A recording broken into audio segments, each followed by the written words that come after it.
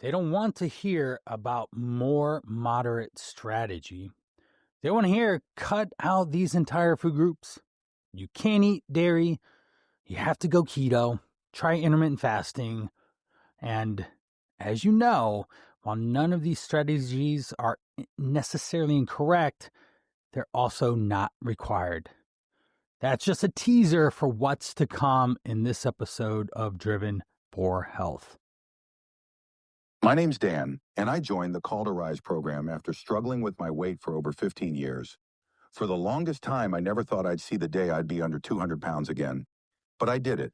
Even better, my body fat is finally in a healthy range, and I'm starting to see abs for the first time since high school. But the real win? I feel confident enough to take my shirt off at the pool or the beach with my family, instead of trying to hide. The Call to Rise gave me the structure and accountability I needed to finally get changing. Welcome to Driven for Health, the podcast for men over 40 who are ready to take control of their bodies, energy, and ultimately their lives.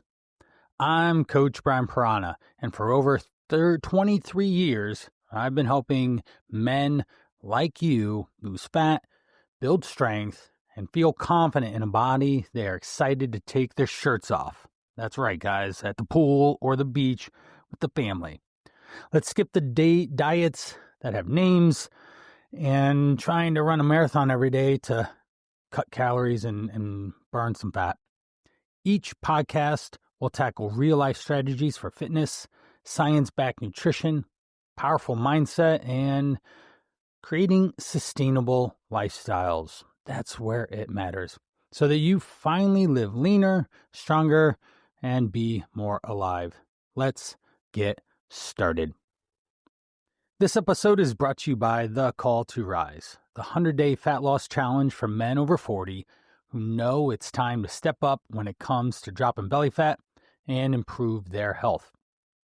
If you're a driven professional husband, dad, and you've been coasting on excuses while you have low energy, lack confidence, and your body is nowhere near how it used to look, this could be your reset button. In fact, I know it is. In 100 days, you'll drop 20 plus pounds of fat, build strength, and finally understand nutrition to the point where you'll never have to worry about gaining weight back in the future.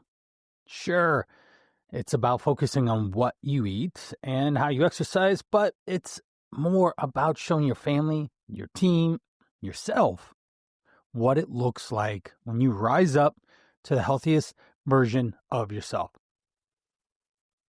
Also, the brotherhood of like-minded men is waiting to push you. Don't keep putting it off. Go to thecalltorise.com and take the first step today. Well, welcome everybody to Driven for Health, episode 3. I'm so happy to have you here. Today, the title of our conversation, The Science of Fat Loss for Men Over 40, What Works and What Doesn't. We're going to be going into all sorts of different thoughts, and not theories, but actual science around how to get your body in the best position. Now, without further ado, let's start with a question. Have you ever felt like you've tried everything when it comes to losing weight, but nothing seems to stick? You've done the low carb thing, maybe tried keto because a buddy at the office swore by it, or maybe you went all out on cardio, spending hours on the treadmill, trying to run a marathon every day, or sweating buckets under your Peloton bike. That's ultimately kind of gross, to be honest, if you think about it. Only when you step on the scale the next day and wonder why am I killing myself if nothing matters and nothing's happening here. That sounds familiar. You're not alone, especially if you're a guy in your 40s and 50s. Here's the reality. As we get older, fat loss feels harder. Hormones shift. Our metabolism doesn't run quite as hot as it used to. And let's be real, life gets in the way, quite honestly. I've got 4 kids, my wife, we love traveling. All these things show up. And in your life, your career is constantly calling on your demands. Your family always wants your attention, which is important because those are the closest people to you. You should be spending your time and energy for them. And just the daily responsibilities. If you own anything, then you know what I'm talking about. You don't have to have 3 hours a day to train like you did in the 20s. We can do it a lot smarter. And so that's what the good news is. While fat loss feels harder, the science behind it actually is very simple. The problem isn't that fat loss doesn't work, it's that most men are trying to follow plans that don't fit their lives. They're following advice that was built by a 22-year-old fit influencer. What do they call them now? Fitfluencers. Or they have people who just meal prep chicken, broccoli, and maybe rice 6 times a day. Doing off the 1980s, 1990s clean eating classic playbook of chicken, broccoli, and rice. Yeah, that's not any person I've ever worked with in my last 23 years doing this. So today, I'm going to break it down in a way that cuts through a lot of the distractions, the noise, the marketing, the nonsense. We're talking about the fundamentals, the real science of fat loss. I'll share strategies that actually work, the traps that most guys fall into, and you can avoid wasting your time on the wrong things, which can cost a lot of time, a lot of pain, struggle of doing things not necessarily the best consistently over time. Nothing's worse than doing one strategy and it ultimately ends up leaving you flat 6-8 months later, 2 years later, where you gain the weight back. You do not want to lose 100 pounds, losing the same 20 pounds 5 times or 30 pounds 3 times. That's awful. Plus, you also put yourself at a bigger risk of losing muscle mass and slowing down your metabolism, which is going to happen as you get in your 40s and 50s anyways. Now, I want you to know, I'm just not pulling this out of thin air. What I'm sharing comes from my 23 years of coaching men just like you, combined with some of the best research I've found on what works for the long term. I'll be pulling in some studies throughout the episode, not to really bore you with science, but to prove that fundamentals are backed up and it's just not my opinion. Before we dive in, let me share a quick story. A couple of months ago, I started working with a client. We'll call him Mike. Mike's in his late 40s. He's got a successful career in tech, married with kids, 3 kids. He's the classic busy professional. He came to me after his annual physical, and his doctor said, "Hey, your cholesterol is where it shouldn't be, and this is actually going to cost you. And you're pre-diabetics. We're looking at meds." Mike said, no. I do not want to take pills. I do not want any of that stuff. And he's tried things in the past, the keto, the fasting. I mean, if you literally look on the internet, those are the things that are hot to trot right now. You'll see them everywhere. And for the love, please tell me that you're not doing any type of fast or anything like that, because the detox or juice things or cleanses, things like that, they're not melting your belly fat in a week. Okay. But when we sat down with him, he said, "Brian, I'm just tired. I want to feel in control of my body again, but I don't know or trust what I'm doing." And that right there, that level of frustration, of fatigue that I heard in his voice, that's why I'm doing this episode. Okay? So many guys come and they just are confused. Fat loss doesn't have to be confusing or even overwhelming. Once you understand the truth of how it actually works, you can stop wasting time, energy, money on this stuff. That doesn't matter. So if you're driving to work right now, hopefully out on a walk, you're in the gym listening to this, stick with me for the next 30 minutes or so, because I'm going to give you the blueprint that's going to make you successful. By the end of this episode, you'll know the 5 most important principles of fat loss. Number 2, why the foods you eat matter, but not for the reasons you think. Number 3, the difference between getting lean for, say, the beach or getting shredded for the stage. Most anyone that I ever work with just wants to have a flat stomach, comfortable with their shirt off. Number 4, the psychology of why most diets fail in the first place and how to outsmart your own brain. We want to trigger these psychological loops for the better, not just get stuck on the hamster diet wheel. That's not effective and not helpful. Where are we at? Number 5, how to keep the weight off once you've lost it. I've said it before and I'll say it again. America doesn't have a weight loss problem. They have a weight maintenance problem. They can't keep it off. It always comes back. Old habits, behaviors, a multitude of different reasons. And lastly, the truth about supplements. What works, what's wasting your money, and time. So let's get started with the basics, the fundamentals that every guy needs to know if he's serious about fat loss. All right, kicking off with fat loss fundamentals. And the single most important truth about fat loss, if you remember nothing else from today's episode, remember this. Grab pencil, paper, type it into your text. Fat loss always comes down to creating an energy deficit, period. Spelled that out. I'll say it again. Fat loss always comes down to creating an energy deficit, period.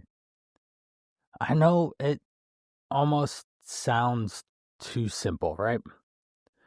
You've been bombarded with the secrets, the hacks, all the marketing ploys to get your dollar bills into other people's the bank, and they've been doing this for decades. No wonder the diet industry is a $1 trillion industry.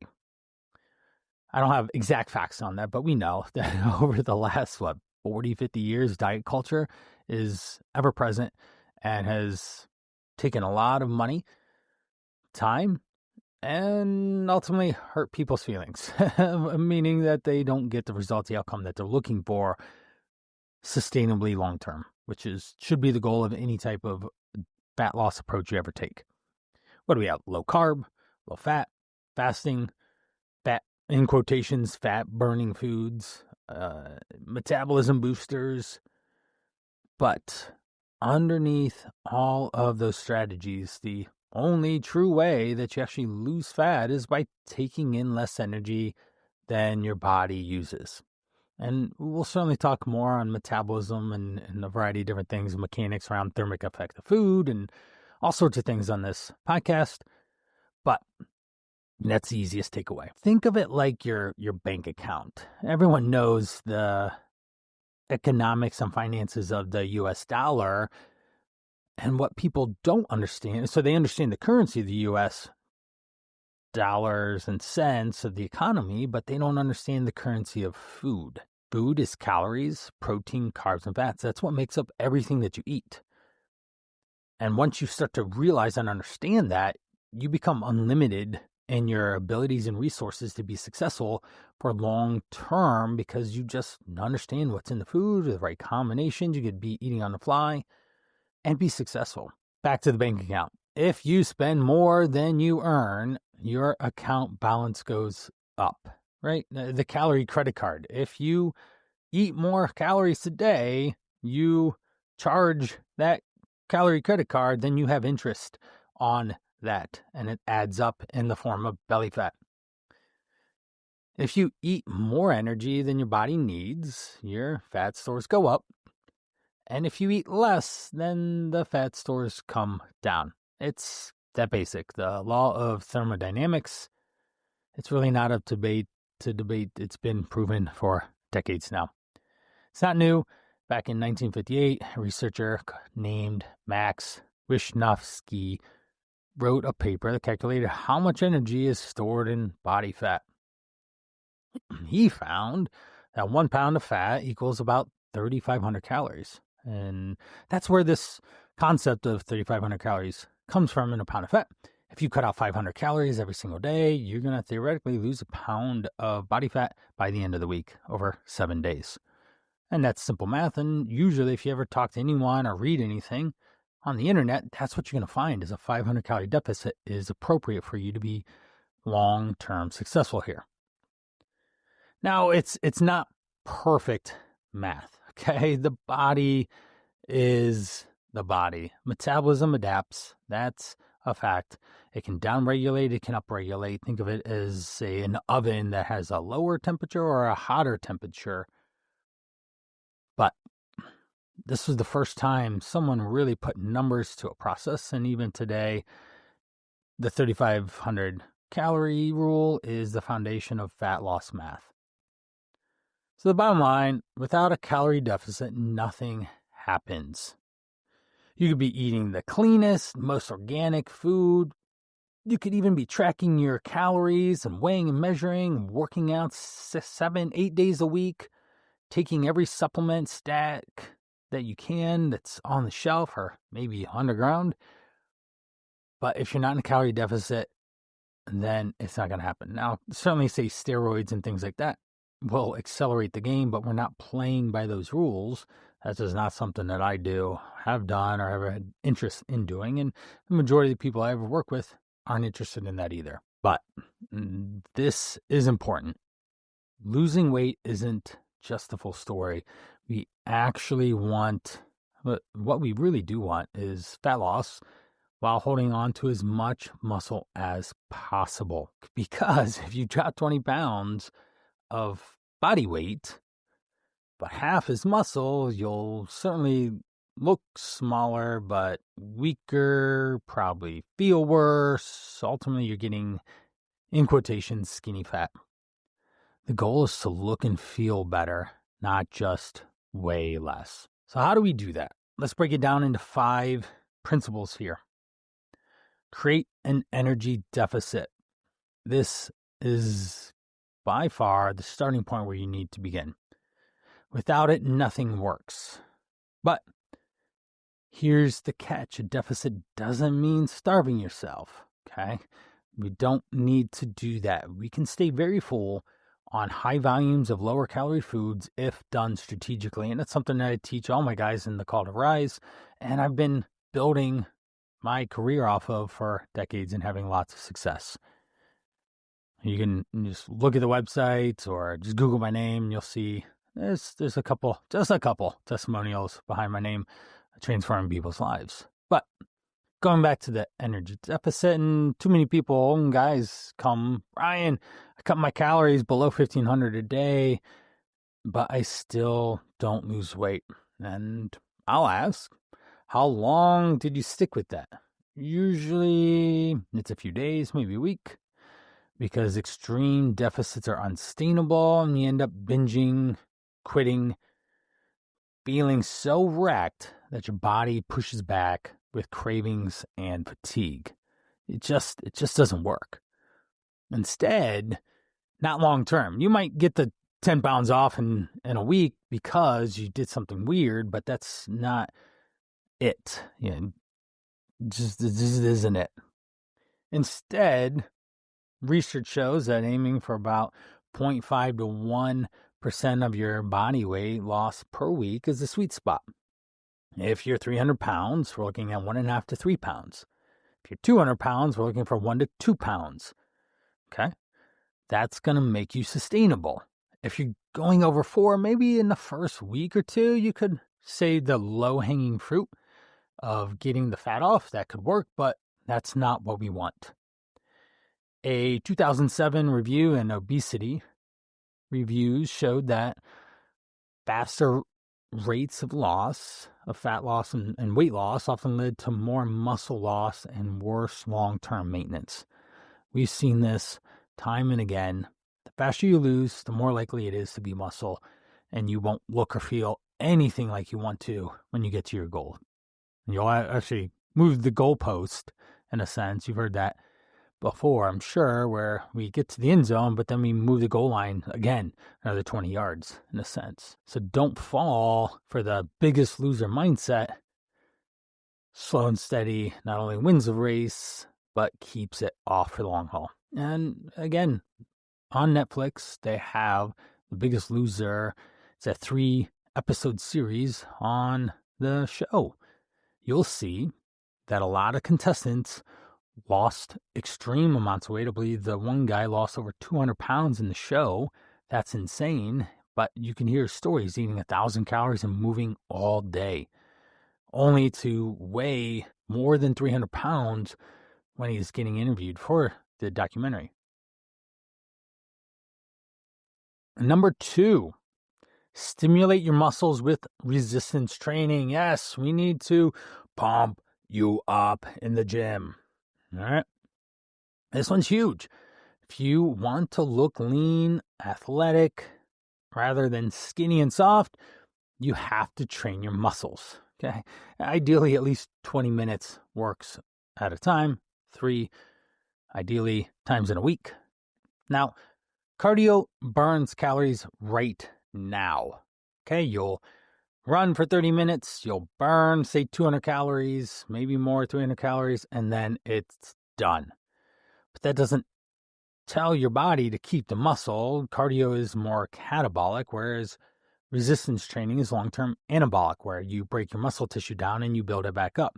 And you burn less calories through weight training, but longer amounts of calories over time, lifting weights, doing body weight work, band work. It tells your body loud and clear that you want muscle mass to be preserved. In fact, a 2010 study in the Journal of Gerontology found that older adults who combined a calorie deficit with resistance training preserved significantly more lean muscle compared to those who just dieted or did cardio alone. That means when the weight comes off, more of it is fat and not muscle. So think of the 20-pound weight loss. If you do it hard and fast and do weird non-eating protocols, maybe 30% of that is muscle loss. And in this example, so what would 30% be? 10 is 2, so 6 pounds of muscle could come off in those 20 pounds. It's no bueno. Whereas maybe it's 2% or 10%, because you will lose muscle in fat loss. It just happens that way. Now, here's a quick story. A client, I remember this guy, Rob, early 50s, jogging 5 times a week for, who knows how long. This is what he did. He was frustrated because his belly fat wasn't budging. It just was there. It bounced around on his runs, and no matter how much he did or didn't run, it was still there, and his arms and chest were shrinking. Now, Rob didn't like that. It wasn't exciting for him, and nor would it be for me. When we swapped out 3 of those jogs for some strength training, things changed. The body responded differently, and we don't have to do weird exercises where we're bending over sideways and twisting and rotating and all this and that. Just basic strength training. Lift something heavy and put it down. Lift it up and put it down. 3, 4, 5 sets of 10 of an exercise and move on to a different one. Again, we'll talk more about exercise programming, periodization, and different things in future episodes. But build muscle, keep muscle as you burn fat. Now, within a few months, he dropped 2 belt sizes, going from a 38 to a 36, and we're working on getting into a 34 was the goal. Posture improved. His wife noticed him looking, in quotation, solid again. Not solid like Fuji, but solid, as in strong and muscular, like he did maybe back in his 30s when they first met. Same calories, different signal to the body. Ultimately, that's the power of resistance training that we're trying to manage here. Number 3, set the right size of a deficit. Don't go too hard too fast. Remember, your body isn't a math equation. You can't just burn 2,000 calories today and expect it to manage. The body will adapt. If you slash the calories too much, too quickly, your metabolism slows and hunger hormones ramp up. And you just feel miserable, for lack of better terms. You're just hungry. You literally move less when you do this too. Your body will internally and subconsciously slow down a lot and just cause you to not move and fidget and all that neat non-exercise activity thermogenesis. Think of it like driving a car. You can floor it, get to 60 in 5 seconds, but your gas tank is going to empty faster because you're moving at such a fast accelerating pace. And then you wear out the engine as well, where you can accelerate smoothly, get there with less strain. Fat loss is the same. Set a moderate deficit. For most guys, that's 400 to 700 calories a day. Through a combination of nutrition and exercise is the best way to do it. That'll make steady progress and not just totally crash and burn and then give in to old behaviors. Because again, if you don't work on the behaviors, then it's not going to matter anyways. The kicker here is if you lift weights and eat enough protein, that's always something that I'm on my guys about, is eating 140 to 100, up to 200, depending on what your goals are and who you are and how big you are and how much muscle mass you have. But we'll talk about that in a bit. Then you'll build muscle or recomposition and ultimately, or at the very least, keep the muscle mass on your body that you have. And then this is recomposition is when you body weight stays the same, but you look different because we're burning fat. Number 4, eat enough protein. If there's a magic bullet in nutrition, protein is going to be the magic bullet, if we would call it that. Why? Because it preserves muscle. In a 2018 meta-analysis of the British Journal of Sports Medicine showed that higher protein diets over 0.8 to even 1 gram per pound of body weight significantly improved muscle retention during a fat loss phase. Now, I'm not saying weight loss, I'm saying fat loss because that's what's most important. Second, protein keeps you full longer. You'll hear this time and again. Think of a chicken breast of, say, 30 grams, or say 20, 25 grams of protein of chicken breast versus, say, even just a scoop of protein powder at 20 to 25 grams of protein to something else that would be, I always think of, say, like a piece of bread, so a calorie equivalent of 100, 150 calories. The chicken breast is gonna keep you way fuller. So when you eat, say, 6 ounces of chicken, which is a reasonable portion for you, which is about a deck and a half of cards, if you want to, say, put it in your brain on the particular size, this will fill you up way more eating it than, say, the equivalent of chips or bread or other things, and you're going to get the protein needs met, not carbs and fats. And if you're not eating enough protein, you are going to eat carbs and fats. It's proven, it's true. Just look around. If you have a belly, that's unfortunately probably what you've been doing because it's been marketed to you, it's sold to you, it's cheap, it's convenient, it's everywhere. Go to the local gas station and you can buy 100,000 calories of cheap processed food that takes you away from your goals. And this is the physiology of what protein do and the highest thermic effect of food out of the protein, carbs, and fats. So your body burns calories just digesting it. That's what thermic effect means.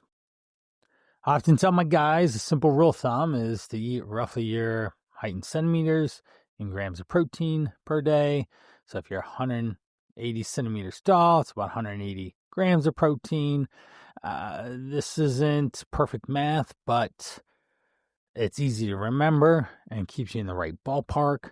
Now, we can also look at just thinking about what your lean body mass is. And most men are going to have lean body mass from 150 to 180 pounds of muscle, bones, organs, things like that. That allows you also to fall into that same general range. So at the end of, no matter what, you don't have to know how many centimeters you are or what your actual lean body mass is.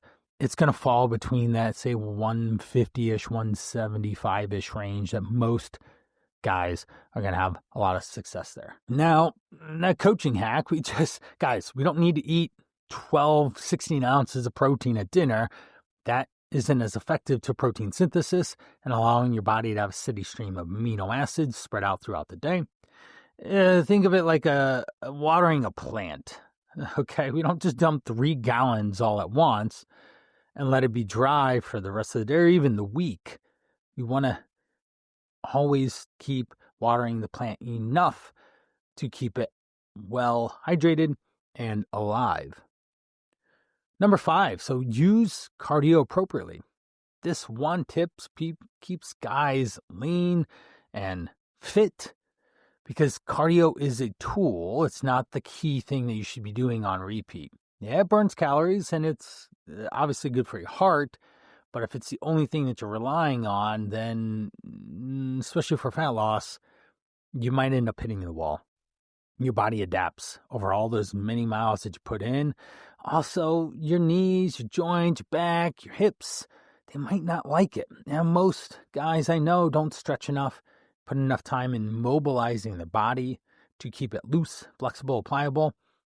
And just think of this too. If you were to walk an hour or run an hour, which one's going to keep you hungrier? Well, obviously, the running. And then, therefore, you might just eat more calories than you burned in your run. Now, some perspectives on running a mile burns roughly 100 calories, or at the very least, we're thinking about most people moving at a quick rate is going to burn about 10 to 15 calories per minute. Okay. So the faster you go, the faster you burn it, but the harder intensity, then it could completely leave you dying. Now, 100 calories is roughly a slice of a regular piece of bread. It's pretty easy to eat that in a couple bites or even grab a cookie in the office break room and you got yourself 150 calories. So I'm so glad you spent 8, 10, 12 minutes in the running, but you just negated it by the cookie. And the Cookie Monster showed up and you wanted to eat it. Cookie Monster, if I were to have an Achilles heel, cookies, brownies, those are going to be the 2 that really challenge my discipline or willpower or any of those things that you want to call. My kids will make awesome Dole House style cookies with all the fixings to make them, the butter, the sugar, the Crisco, all the things. So it's legit. I have to stay away from them with a 10-foot pole. Now, of course, cardio has its place, and most guys, let's do at least 30 minutes of low-intensity cardio most days. Fast walking, cycling, rowing, maybe 1, 2, 3 HIIT sessions, get your heart rate up to anywhere from, say, 140 to 160, and then lift heavy should come, and obviously the nutrition piece of this. Now, there's another study from even the 1980s, often called Hickson study, that showed too much endurance training can actually interfere with muscle growth. That's why you don't see marathon runners with a lot of muscle mass, right? Think of, just pause right now and think marathon runner versus sprinter. A big, big, big difference in the way they look, the way they feel, how much strength that they have. Big difference. I would prefer, sure, I'd love to have a sprinter type muscle body in a sense. If I were to say rate myself, I'm looking at, say, a 400, 800 runner. It's got some muscle on them, lean, toned, not overly muscled. I'm about 6 foot 190, and that's as average as it gets. 185-ish, 190. That's what I call my 5-pound weight range, and that's something that we want to go over as well. That's where you should end up and land, is a 5-pound weight range. Now, wrapping up fundamentals here. So recapping. Number 1, you need a calorie deficit. Number 2, resistance training protects your muscle. Number 3, deficit should be moderate, not extreme. Number 4, you need enough protein to fuel recovery and be satiated, full feeling. Number 5, cardio is a supporting role, not, say, the star of the show. It's a supporting cast member that you do want in the play, so to speak. When you get these dialed in right, fat loss is predictable, it's reliable, it happens all the time, and it's not always easy, but again, it's predictable, and that's, say, the beauty of it. You don't have to rely on fads or gimmicks. You can just follow a system, give it some time, and watch your body change. That's why I always have my guys in the program take pictures of themselves every quarter, every, say, 25 days, to assess the body, the changes, the things that it is happening going for you. Section 3, chapter 3, however you want to say it, the food debate. Now, we've covered a lot of core fundamentals so far, and the next question is, how should I eat to lose fat? This is where things get messy, because if you spend 5 minutes on social media, you get 1,000 different opinions. Keto warriors telling you how carbs are evil. Plant-based gurus saying meat's killing you. Fork over knives, in a sense. The intermittent fasting guys that swear that after eating after 6 p.m. is going to make you fat. You better only eat between 12 and noon, noon and 6. That's the only time you're allowed to eat to lose fat. No wonder men are confused. The truth here, though, is when it comes to fat, there's no single perfect diet that matters. Most is ultimately finding the approach that you can actually stick with. I often ask this of my guys when they're starting out, just to clarify timing of food, portions, meal design, when they should eat, how much they should eat. Say, hey, in the next 4, 5, 6 weeks, we lose 10 pounds. Does it matter what you ate or when you ate? No, because you lost 10 pounds. You were in a calorie deficit. And that's the undertone of what we're going for. And say you're winning. Now, certainly all the things that we've talked about so far are strategery in a sense to burning more fat and allowing you to be successful. That's why I'm here and guide people and get people success to look and feel their best. So you have to, again, we'll repeat this. What matters most is finding an approach you can actually stick with. Now, food quality does matter. We can't just say IIFYM if it's your macros and eating Pop-Tarts every day all the time. That's not it. You can have some Pop-Tarts occasionally. Just know that one Pop-Tart's about 200 calories. Those calories add up. That is a real deal. In fact, I actually had 2 Pop-Tarts at my daughter and my Maxwell and Emmeline's father walk morning at school, and they had Pop-Tarts. Luckily, I was running after. I used that energy and carbs to go run my body, and that's a well-placed time to have something like that. But if I were to just eat that as a normal breakfast and not do anything, that's an awful first choice of the day.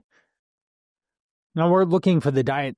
You've heard this, and I'm going to beat this into the ground and drill it in your head. We need nutritious, nutrient-dense foods, lean proteins, some fruits, lots and lots of vegetables, some whole grains, and some healthy fats, right? Generalizing that, but we'll go into deeper in macros and calories into other episodes and stuff. But right now, that's the thing that you always hear, and it's going to come back.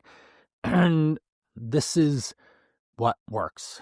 But most people get confused and trip up with what vehicle they should do and what engine they should use. So what I mean by that is, imagine your body's a car and the engine is the thing that actually moves you forward, and that's the calorie balance. What drives fat loss, the vehicle, the type of diet you follow could vary. Keto, paleo, intermittent fasting. We've got Mediterranean, South Beach. The list can go on and on here.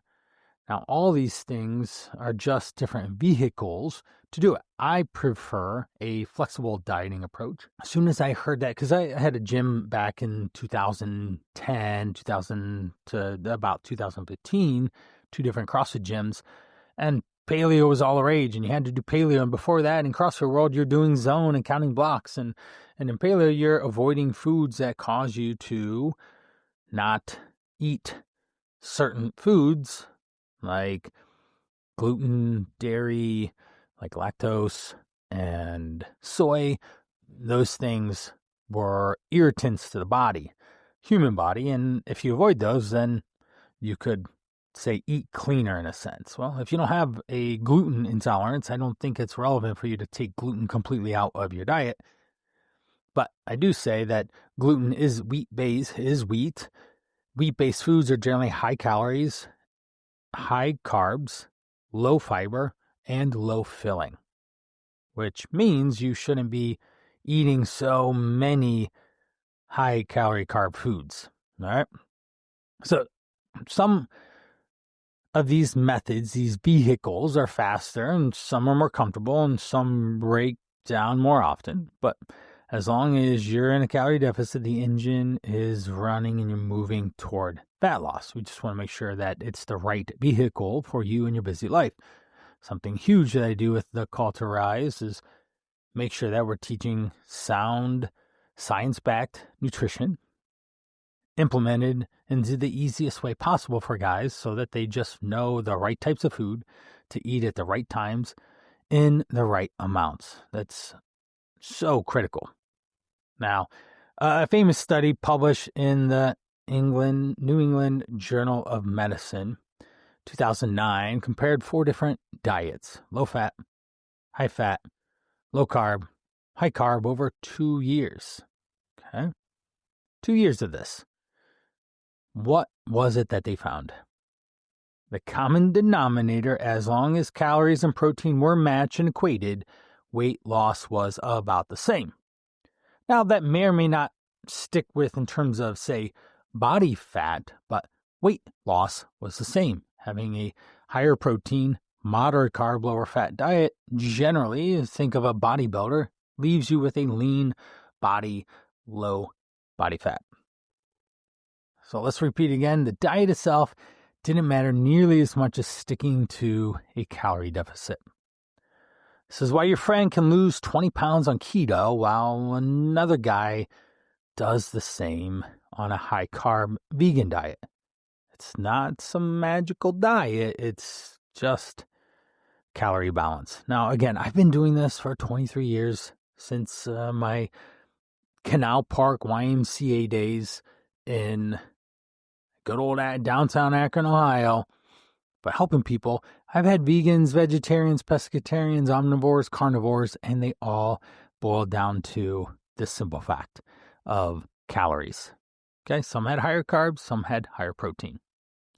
But bring this down here to the normal everyday life. Here's another story. We'll call this gentleman Jeff. 52, busy executive at a marketing company. And he came to me swearing that carbs were his problems. He said, "Brian, if I even look at bread, I gain 5 pounds. And yeah, this is something I hear so much. Instead of fighting him on it, I asked, "Hey, Jeff, let's do this your way for a little bit," because he was so, say, resistant to, honestly, I should have not taken him on because he wouldn't just align with me and work with me. That's the part of coaching, is we find the common ground and move toward your goals in the healthiest, best way for you.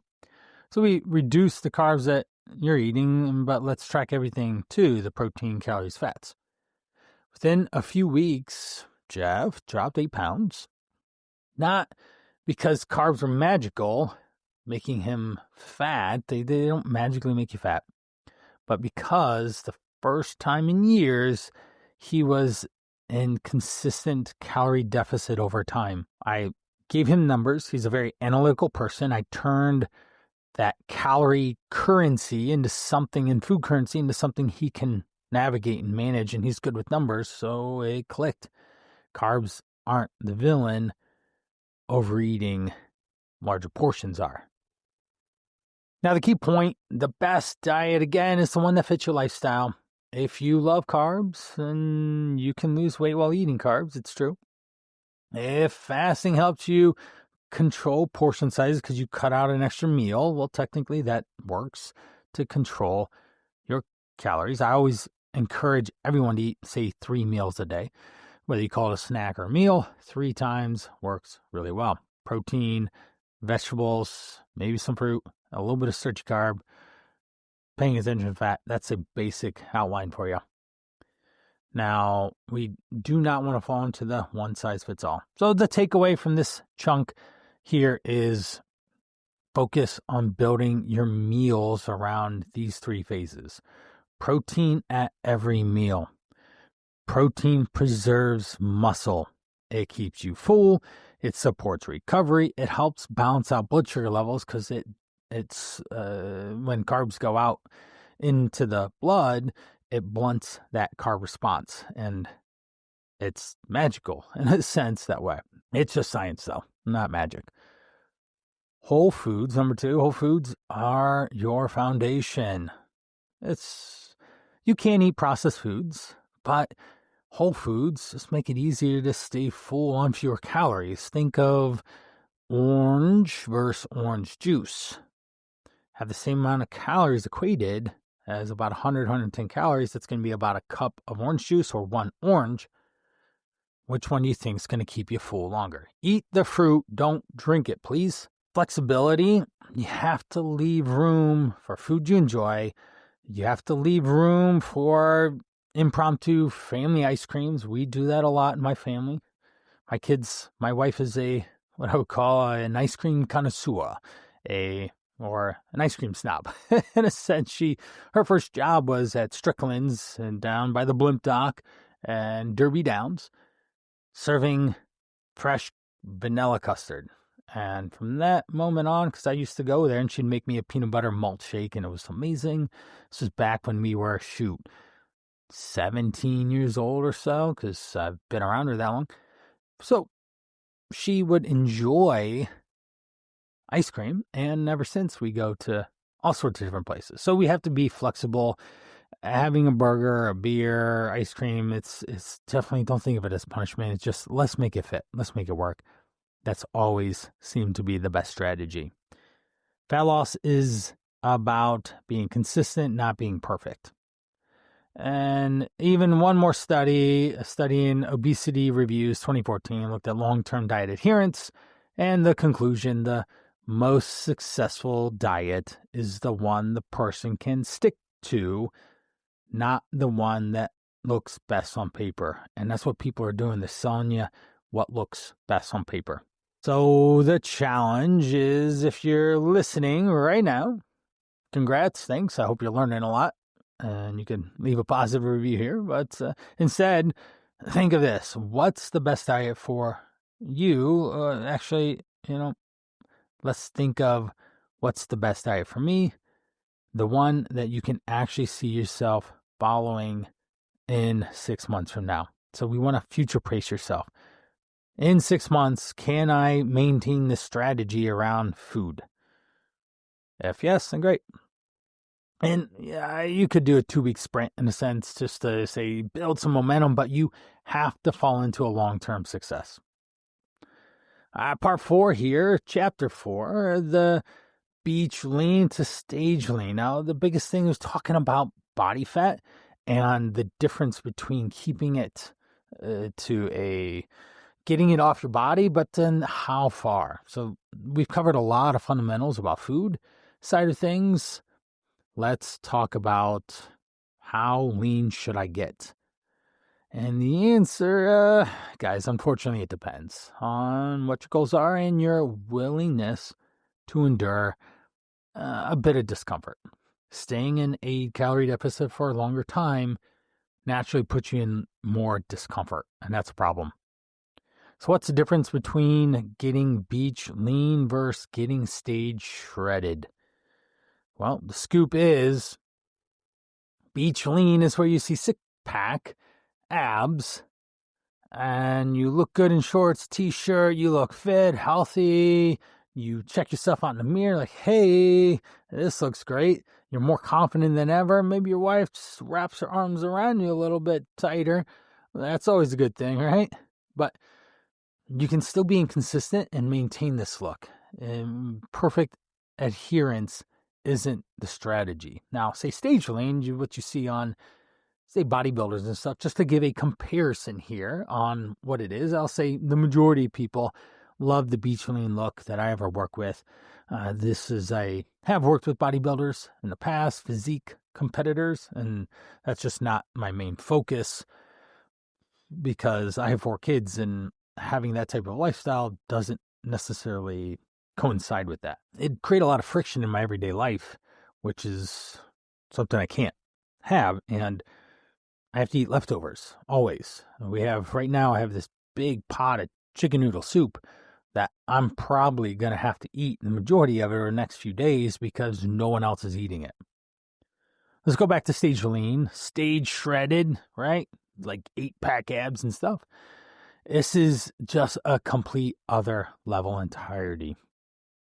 All right. It's the fat loss that you just see at these competitions, that every meal is planned, every training session is just so intentional. They do not skip. Every calorie is tracked, weighed, measured, and there's no wiggle room. They're stepping on scales regularly. Now, certainly most competitors in this space will start beach lean, but then they push themselves farther and farther, month after month, to reach a stage ready goal. Now, I just want to point out that getting stage shredded isn't healthy, or it's not necessary. Okay? If you have just a little bit of belly fat, that's okay. Pinch an inch is not that big of a deal. It's more than poking at a hard belly that is so large you can't see your toes or other things, for that matter. It's just not sustainable, and also there can take a mental and physical toll on your body. But what's interesting is the principles are exactly the same as beach lean. You're just taking the fundamentals of everything we talked about and going farther, longer, and more precise with it. I think of it as like dialing, turning a dial to 7 to 10 to maybe even the Spinal Tap 11. All right. If you've seen that movie, you go that extra little bit, and then they stroke the guitar, and vroom, and then the things blow up and glass shatters and all that stuff. I love that movie. The principles, the calorie deficit, the protein intake, the resistance training, strategic cardio, they don't change. They just are more dialed in, more intense for a longer time. If you do have stubborn belly fat, why is it that some areas won't budge more than others? Well, we can talk about these things everyone hates, stubborn fat. You know what I mean in these areas that just won't come off. The belly, the love handles, those are not it. Not fun to have, or for the love, please, let's not have main boobs either. That's not flattering. You don't look good in a shirt. We need to clear those up. Now, a simple but critical point here is you can't spot reduce fat. Okay. Your body will pull fat from the easiest places first. Think of your extremities. It usually goes from your extremities inward to your belly button. That's most of the time. I had a gentleman just the other day in the program saying, man, my thighs always seem to be bigger, and that's a problem, and I want to get rid of that. Well, we do maybe need to do a bit more focus on some leg exercises, but you just have to lose. If you're 220 and we get down to 190, you're going to lose a lot of that fat. Key areas are lower abs, love handles, the thighs for women are often the last place to go. You've seen that and heard that. So what's the trick? You can make them look better without removing more fat, but the simple way to do that is to build more muscle in those areas. If your shoulders and your arms look more developed, the same amount of fat spreads over that muscle tissue and you look leaner overall. Example, I like this one, is the abs. If you actually have been training your abs for years, strength training, you actually have core strength, muscle mass there, then when you could lose and get down to say 15% body fat and still maintain a look of abs that's really good.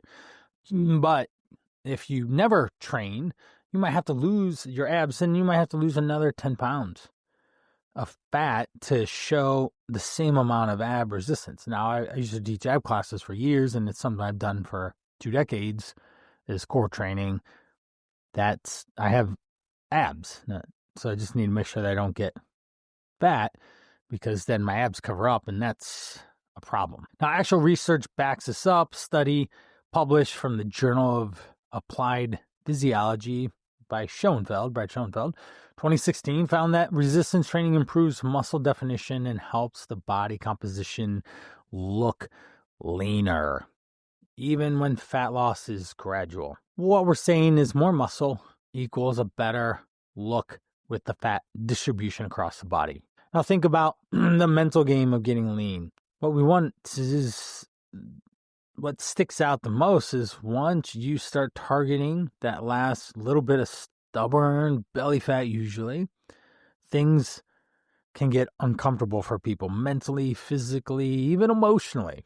People describe it as just having a lot less energy, feeling depleted, not wanting to move so much because their body is pulling fat from the stubborn areas. It's a last line of defense, in a sense, for your body going into starvation mode, in a sense, or a famine. You've pushed yourself so hard for so many weeks, months, and pushing your energy reserves. And now this isn't necessarily bad, but this is a different experience than just losing the first couple. You really have to focus on. Now say that the first time someone pushes to the level, that level of leanness, it could be mentally traumatic if you never experience that, because you have to go through this process that your body has never been this low. So if you want to go shredded look and not just, hey, I look like the best non-dad bod in my social circle of friends, then good. But each time you do it after that, it becomes, say, generally easier, because of the perception of the process is a lot easier, and you're able to work through it. Just think of a marathon. My son ran a marathon on Saturday, literally, at the Akron Marathon. He ran a 3:32 at age 16. I don't know how he did it, but he got 88th out of 810 people. Second in his age group. Crazy. Now, that was once he got through that first one, then he can go and run another one and have it be, say, a little mentally more manageable, because he already knows what's ahead. Now, some of the takeaways here is you got to decide what your goal, and the majority of people here are going to look for a beach lane. We got to stick to the fundamentals. We need to make sure that the rules apply, and calorie deficit, protein resistance training, and smart training, all that stuff is super helpful.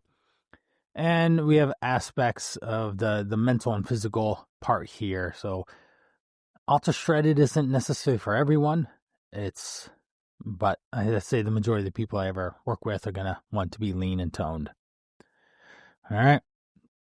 Now, wrapping up here, as this has already been a good long time on this podcast episode, we just want to talk about some of the ways to keep it off. We need the most successful habits, and we'll dive into this a little bit deeper. Obviously, I like to talk, and hopefully this has been really informative for you. Some of the habits and behaviors that we'll dive into more on another show are the cognitive restraints of not being obsessed or hard, but we need structure around managing calories, limiting intake at certain times of the day, managing when you don't eat, carbs and fat, and how to manage those, being able to self-monitor. Having regular check-ins is really key and critical, and whether it's with yourself, with it's someone else, a professional like me, having it with a partner, these things matter a lot. Having consistent exercise, 10K steps a day, 2, 3, 4 structured workout routines in the week, having structured programs, period, helps. Think of formal programs like the Call to Rise, or even an older one that everyone's familiar with, Weight Watchers. That really helps. Long-term thinking about what happens in 5, 10, 20 years from now. That is so important to have this long-term perspective to be successful, because it will matter. That time will pass and you will show up at that point, and you want to be successful then too. And finding some moderation, flexible approaches. Now, some of the takeaways: we want to have some restraint around your calories that you eat, plan some meals, limit late night eating. We want to have checking in on your progress, whether it's you with someone else, in multiple different ways, from scale, body composition, tracking your clothing, all things that I always have people do. Exercise regularly, and the things that I just went over.